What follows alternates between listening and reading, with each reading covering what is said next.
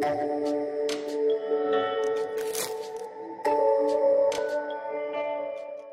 Friends, मैं प्रदीप कुमार हाजिर हूँ अपने नए टॉपिक के साथ। और मेरा आज का टॉपिक है सेकंड प्रेस कमीशन। इससे पहले के वीडियो में मैंने आपको बताया था फर्स्ट प्रेस कमीशन क्या है, उसकी रिकमेंडेशन क्या हैं और कौन सी रिकमेंडेशन एक्सेप्ट हुई थी। वो तमाम जानकारी जो आपको जानना ज़रूरी है मैंने बहुत अच्छे से विस्तार से उस लेक्चर में बताया था। आपको स्क्रीन पर फर्स्ट प्रेस कमीशन का लिंक दिखाई दे रहा होगा, अब वहाँ से आसानी से समझ सकते हैं। दोस्तों, इस लेक्चर में आज मैं आपको बताऊंगा सेकंड प्रेस कमीशन के बारे में।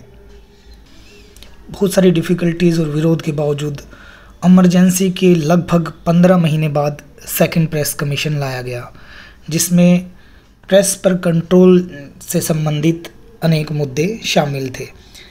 द्वितीय प्रेस आयोग का गठन जस्टिस पीसी गोस्वामी की अध्यक्षता में 29 मई 1978 को किया गया।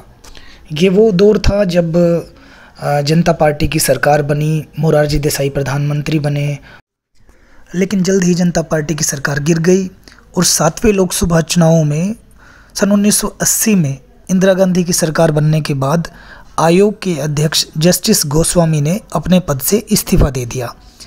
अप्रैल 1980 में आयोग का दोबारा गठन किया गया और जस्टिस के मैथ्यू को आयोग का नया चेयरमैन नियुक्त किया गया। इस प्रेस आयोग ने सन 1982 में सरकार को अपनी रिपोर्ट सौंप दी। अध्यक्ष के अलावा आयोग के 10 सदस्य और थे। सेकंड प्रेस कमीशन आयोग को विभिन्न विषयों पर विचार करके अपने सुझाव देने थे, जिससे प्रेस का डेवलपमेंट हो और उसके स्तर में भी इम्प्रूवमेंट हो।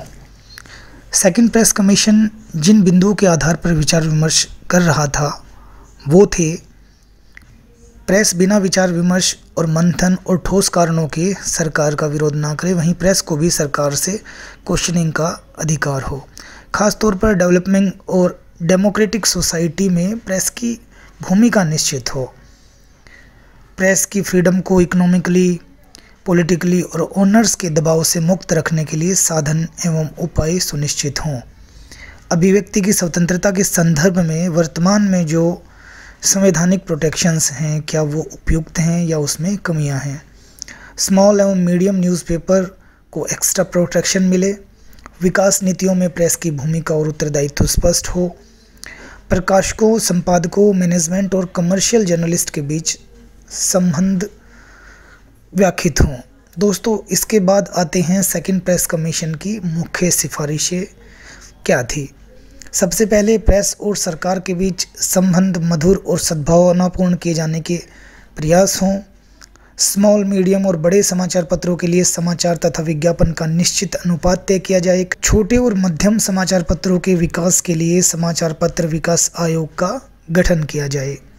समाचार पत्र के एडिटर्स और ओनर्स के बीच बोर्ड ऑफ ट्रस्टी की नियुक्ति की जाए।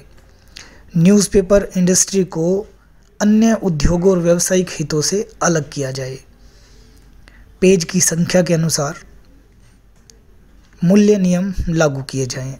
एक समाचार पत्र या पत्रिका में कितने पेज हों, इसके अकॉर्डिंग उस समाचार पत्र या पत्रिका का मूल्य निर्धारित किया जाए।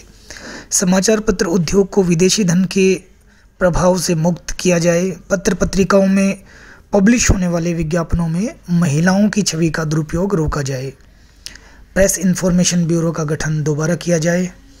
दोस्तों, ये था सेकंड प्रेस कमीशन, उसके ऑब्जेक्टिव एंड उसकी रिकमेंडेशंस। फिर मिलते हैं एक नए विषय के साथ, जल्द मिलते हैं एक नए टॉपिक के साथ।